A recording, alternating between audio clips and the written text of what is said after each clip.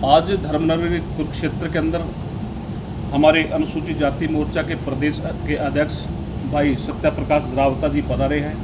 आज अनुसूचित जाति मोर्चा भारतीय जनता पार्टी की टीम ने इनका कुरुक्षेत्र पहुंचने पर हार्दिक अभिनंदन स्वागत किया है और इनके साथ ही जिला कुरुक्षेत्र के जिला प्रभारी भाई कृष्ण बुक्कुल जी, भाई रामपाल पाले जी जो प्रदेश में उपाध्यक्ष हैं, ये सभी साथियों ने मिलकर आज भारतीय जनता पार्टी अनुसूचित जाति मोर्चा के जितने भी कार्यकर्ता हैं उनको विधानसभा चुनाव में एक नई ऊर्जा के साथ फील्ड में उतरने के लिए और यहाँ से चारों विधानसभा सीटों को भारतीय जनता पार्टी की जिताने के लिए इन्होंने कार्यकर्ताओं के साथ मिलकर के आज योजना बनाई है। उस रणनीति को लेकर आज प्रदेश अध्यक्ष जी हमारे बीच में पहुँचे हैं और प्रदेश अध्यक्ष जी का कुरुक्षेत्र धरती पर पहुँचने पर हार्दिक अभिनंदन और स्वागत। सबसे पहले आप सभी साथियों का, मेरे मीडिया से जुड़े हुए सभी इस धर्मनगरी के कुरुक्षेत्र के लोकतंत्र के जिनको चौथा स्तंभ कहते हैं, सभी साथियों का धन्यवाद। आरक्षण हमारे दलित समाज के लिए, अनुसूचित जाति समाज के लिए एक ऑक्सीजन है और हमारे देश के अंदर हम बगैर आरक्षण और प्रतिनिधित्व के हम कल्पना भी नहीं कर सकते। जिस तरह से एक मनुष्य के शरीर में अगर खून निकाल दिया जाए, उसी तरह जो रिजर्वेशन है ये हर जगह हमारा रिप्रेजेंटेशन सुनिश्चित करता। हजारों साल तक हमारे इस दलित समाज को, हमारे पूर्वजों को राजनीतिक तौर पर, सामाजिक तौर पर, आर्थिक तौर पर, शैक्षणिक तौर पर और तरह तरह के भेदभाव का शिकार होना पड़ा है। और बाबा साहब डॉक्टर भीमराव अम्बेडकर ने 1932 में पूना पैक्ट के समय ये प्रतिनिधित्व का अधिकार अनुसूचित जाति समाज को दिलाया था और जो सरकारें उसके बाद बनी 2014 तक, उन लोगों का ये दायित्व था कि जब देश की आज़ादी को 50 साल से ज़्यादा हो गए और तब तक भी दलित समाज को अपनी बराबरी का हक नहीं दिला पाए, तो निश्चित तौर पर जो देश के रहनुमा थे, जो देश के अंदर शासन चलाने के जिम्मेवार लोग थे, उन लोगों का दायित्व बनता है। और निश्चित तौर पर आप सभी परिचित हैं कि एक लंबे समय तक कांग्रेस पार्टी का शासन हमारे देश में रहा और जब जब आज दलित समाज का युवा नेता, रोजगार, बेरोजगार कोई भी हो, जब जब बाबा साहब संविधान को, भारत के संविधान को, बाबा साहब को पढ़ता है तो उनको पता लगता है कि किस तरह से कांग्रेस पार्टी ने दलित समाज के साथ अत्याचार किए।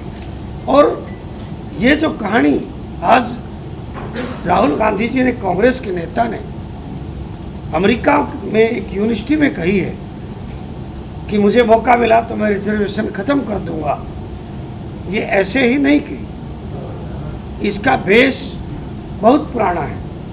पंडित जवाहरलाल नेहरू ने उस समय जब संविधान लिखा जा रहा था, उस समय आरक्षण का विरोध किया। प्रधानमंत्री बनने के बाद तमाम राज्यों को चिट्ठी लिखी, पंडित जवाहरलाल नेहरू जो उसमें प्रधानमंत्री थे, कि आरक्षण को खत्म कर देना चाहिए, मैं आरक्षण के पक्ष में नहीं हूँ, इससे दक्षता प्रभावित होती है। बाबा साहब को 2 बार चुनाव हराने का काम कांग्रेस ने किया। बाबा साहब के दिल्ली में मृत्यु के बाद उनको दाह संस्कार के लिए भी 2 गज जमीन उस समय नहीं दी गई और उसके बाद पूरे देश के अंदर एक बड़ा तूफान आया जब बाबू जगजीवन राम जी को भी कांग्रेस से अपमानित होकर बाहर जाना पड़ा। वही घटनाएं हरियाणा में रही, चाहे अशोक तंवर जी हो, आप सब लोग जानते हैं कितने बड़े नेता थे और आज भी बड़े कद्दावर नेता है हमारे दलित समाज के। लेकिन कांग्रेस के एक व्यक्ति ने भी, जब उसके साथ कांग्रेस के ही लोगों ने, विशेष तौर पर मीडिया के माध्यम से जिनका नाम आया, चौधरी भूपेंद्र सिंह हुड्डा और उनके साथियों का, अशोक तंवर जी को अधमराई कर दिया था। कोई एक व्यक्ति भी कांग्रेस का उनका हाल चाल पूछने नहीं गया है। और उसके बाद अब दोबारा जब कुमारी शैलजा जी ने कहीं इच्छा जाहिर कर दी मुख्यमंत्री के लिए, तो आप सब लोग भली भांति परिचित हैं उनके साथ कैसा बर्ताव हो रहा है। चाहे भले ही कांग्रेस का अपना अंदरूनी विषय हो, लेकिन जब दलित समाज की बात आती है, दलितों के अधिकारों की बात आती है, तो दलित समाज इस बात को लेकर हमेशा चिंतित रहता है। और भारतीय जनता पार्टी, जिनका एकमात्र उद्देश्य है समाज के अंतिम पायदान के व्यक्ति को समाज के में बराबर का हिस्सेदारी देना, प्रतिनिधित्व देना, उनको बराबर लाना, उस लक्ष्य के अनुसार काम कर रही है, तो निश्चित तौर पर भारतीय जनता पार्टी के प्रति वो लोग आरोप लगाते हैं लोकसभा चुनाव के अंदर कि यदि भारतीय जनता पार्टी 400 पार अगर सीटें लेती हैं तो वो भारतीय जनता पार्टी, उनकी सरकार रिजर्वेशन संविधान खत्म कर देगी। हाथ में संविधान लेकर कांग्रेस के लोग कहते हैं और अमेरिका में जाकर कहते हैं कि हम रिजर्वेशन खत्म कर देंगे। क्या दलित समाज को हरियाणा में मुख्यमंत्री बनने का अधिकार नहीं है? क्या सोच नहीं सकते? कल्पना करना भी क्या उनके लिए गुनाह है? ये बड़े पीड़ा आज हरियाणा के 50 लाख दलित समाज के लोगों के अंदर ये बड़ी गहन चिंता है और निश्चित तौर पर ये गंभीर विषय है पूरे समाज के लिए। इसलिए आज मैं भारतीय जनता पार्टी के अनुसूचित जाति मोर्चा का प्रदेश अध्यक्ष होने के नाते और वर्तमान में हरियाणा, क्योंकि अभी विधानसभा भंग हो चुकी है, लेकिन मैं जब तक नई विधानसभा का गठन ना हो, मैं अनुसूचित जाति और पिछड़े वर्ग की विधानसभा कमेटी उसका चेयरमैन भी रहा हूँ, सभी विधायकों का। मेरी ये चिंता जायज़ बनती है, हमारी पार्टी की चिंता जायज़ बनती है, कांग्रेस को बेनकाब किया जाए और उन नेताओं को बेनकाब किया जाए कि दलितों को बहकाना, गुमराह करने का काम बंद करें। आप लोगों देखते रहे, अपराधियों को संरक्षण देते रहे, धुलीना जलता रहा, गुहाना जलता रहा, लेकिन आपने एक शब्द नहीं बोला। निश्चित तौर पर कहीं न कहीं उस समय राजनीतिक संरक्षण इन लोगों को था। मैं 10 साल के अंदर, जब से माननीय मनोहर लाल जी प्रदेश के मुख्यमंत्री रहे और अब आदरणीय नायब सिंह सैनी जी दलित समाज के लिए अनेक कल्याणकारी योजनाएं, उनको उत्पीड़न से बचाने के लिए SC आयोग, सफाई आयोग, घुमंतु जाति बोर्ड, कर्मचारियों को आगे बढ़ाने के लिए पदोन्नति में आरक्षण, ऐसी अन्य कल्याणकारी योजनाएं शुरू की गई है। मैं मीडिया के माध्यम से आप पूरे हरियाणा के अंदर सभी समाज के अगुवा लोगों को, हरियाणा की जनता को भी अपील करना चाहूँगा कि दलित समाज हरियाणा के योगदान में, देश के योगदान में इसका बड़ा उन्नति में बड़ा योगदान रहा है। और इसलिए आप सब लोग कांग्रेस को बेनकाब करते हुए आने वाले चुनाव में भारतीय जनता पार्टी को इस हरियाणा के विधानसभा चुनाव में पूर्ण बहुमत देकर पुनः आदरणीय नायब सिंह सैनी जी के नेतृत्व में तीसरी बार भारतीय जनता पार्टी की सरकार बनाने का सहयोग आप सब लोगों से अपेक्षित है।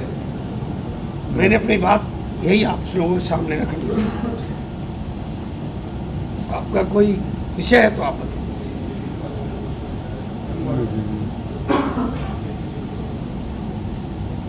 इस तरीके से कांग्रेस कह रही है कि अब की बार बदलाव जरूरी है और हरियाणा के अंदर कांग्रेस अपनी सरकार चलाती है। क्या लगता है कि भारतीय जनता पार्टी हरियाणा के अंदर नहीं, कांग्रेस सरकार कैसे बना लेगी? क्या दलित समाज के बगैर सरकार बना लेगी? हरियाणा के अंदर ये निश्चित तौर पर जहाँ दलित समाज खड़ा होता है सरकार उनकी बनती है। तो मिर्चपुर और गोहाना कांड जैसी घटनाओं से कर्मचारियों को उत्पीड़न के कारण भारतीय जनता पार्टी सत्ता में आई। भारतीय जनता पार्टी ने अपने वायदे पूरे किए, चाहे SC कमीशन का हो, चाहे सफाई आयोग का हो, ये सब वायदे 85 अमेंडमेंट चौधरी ओम प्रकाश चौटाला के समय में लागू हुआ, पूरे देश में लागू हो गया। 10 साल कांग्रेस की सरकार रही, दराज में रखे कांग्रेस के लोग बैठे रहे। भारतीय जनता पार्टी की सरकार आई और आदरणीय मनोहर लाल जी ने हरियाणा में पदोन्नति आरक्षण देकर रिजर्वेशन लागू किया।